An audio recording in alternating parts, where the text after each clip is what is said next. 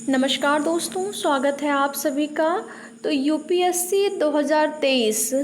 की प्रीलिम्स परीक्षा जब से हुई है तब से एक विवाद की स्थिति बनी हुई है। जो अभ्यर्थी क्वालिफाई कर लिए हैं वो भी कहीं न कहीं इस वजह से डिस्टर्ब हो रहे हैं। उनकी भी पढ़ाई में जो है अनियमितता हो जा रही है और इसकी वजह ये है कि परीक्षा आपकी हुई और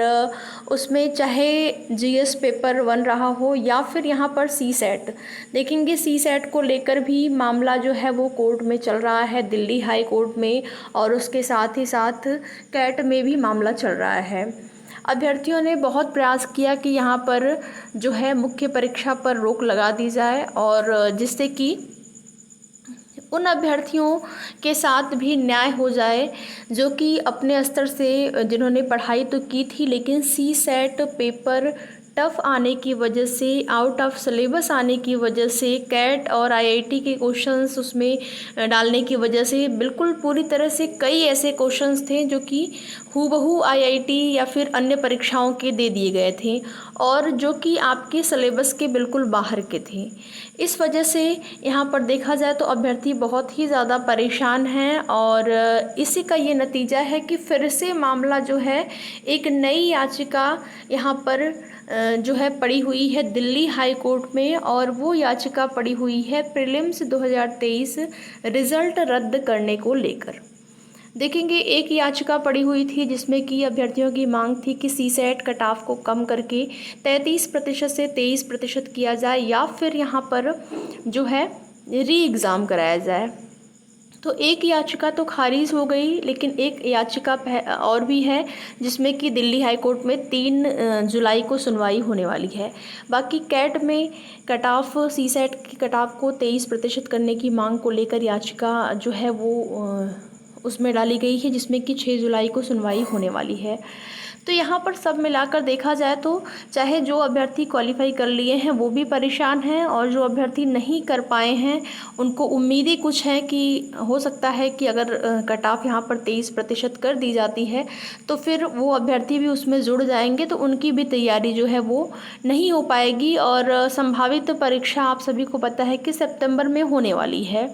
तो इसे इन्हीं सब चीज़ों को लेकर यहाँ पर बात जो भी आपको बताया जा रहा है। तो यहाँ पर देखेंगे प्रीलिम्स 2023 रिज़ल्ट को रद्द करने को लेकर एक याचिका जो है वो डाली गई है दिल्ली हाई कोर्ट में और यहाँ पर अभ्यर्थियों ने ये भी मांग की है कि आपका यूपीएससी जो है वो आंसर की जारी नहीं करता है। आंसर की उसका फाइनल रिज़ल्ट जारी होने के बाद प्रीलिम्स, मेंस, साक्षात्कार, इंटरव्यू वगैरह सब कुछ हो जाता है। लास्ट में जब जो है यहाँ पर आंसर की जारी होती है, तो कहीं ना कहीं ये भी अभ्यर्थियों की मांग है कि अगर आंसर की पहले से जारी हो जाती, जैसे प्रीलिम्स परीक्षा हो गई, कोई भी परीक्षा होती है तो पहले आंसर की जारी हो जाता है, आंसर की जारी होने के बाद रिजल्ट आता है, तो अभ्यर्थी एक अनुमान भी लगाते लेते हैं कि हमारा इतना प्रश्न सही हुआ है तो इतने हमारे नंबर बनेंगे तो हम कट ऑफ में आ सकते हैं या फिर नहीं आ सकते हैं, या फिर नहीं भी अगर अनुमान लगाया जा सकता है तब भी ये हो जाता है अभ्यर्थियों को कि हमारी कहाँ कमी रह गई है, किस क्वेश्चन में हमने गलती की है, किस विषय में किस टॉपिक से हमारी तैयारी जो है वो पूरी नहीं हुई है। तो अभ्यर्थी कम से कम अपनी तैयारी जो है आगे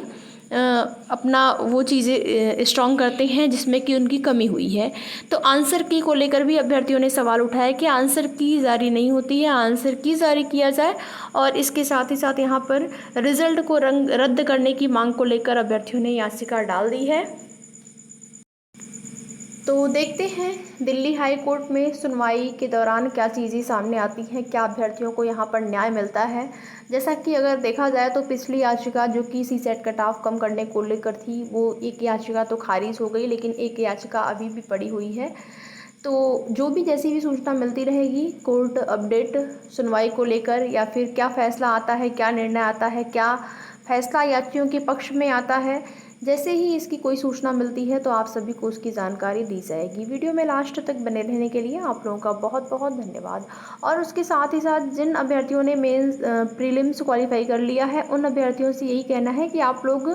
जो है मुख्य परीक्षा की तैयारी करते रहें। जो भी चीज़ें होंगी या जो भी फैसला होगा वो तो कोर्ट से होगा ही, लेकिन पढ़ाई जो है वो डिस्टर्ब नहीं होनी चाहिए उन अभ्यर्थियों की जिन्होंने की प्री क्वालिफाई किया हुआ है। बहुत मेहनत से अभ्यर्थी यहाँ तक पहुँचे हैं। आउट ऑफ सिलेबस आने के बाद भी अगर उन्होंने जो है प्रीलिम्स क्वालिफाई किया है तो ये बहुत बड़ी बात है।